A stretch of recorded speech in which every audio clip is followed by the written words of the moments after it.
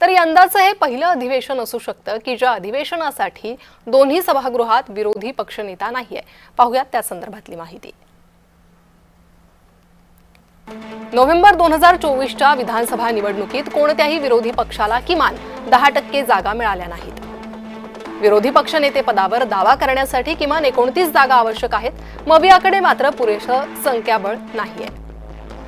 विधान परिषदेत 29 ऑगस्ट 2025 पासून विरोधी पक्षनेते पद रिक्त आहे। तर विधान परिषदेत 78 पैकी काँग्रेसचे 8, शरद पवारांच्या राष्ट्रवादीचे 2 आमदार आहेत। विधान परिषदेत ठाकरेंच्या शिवसेनेचा फक्त 5 आमदार आहेत। 10% नियमानुसार काँग्रेसकडे विधान परिषदेतलं विरोधी पक्षनेतेपद येणं आवश्यक आहे।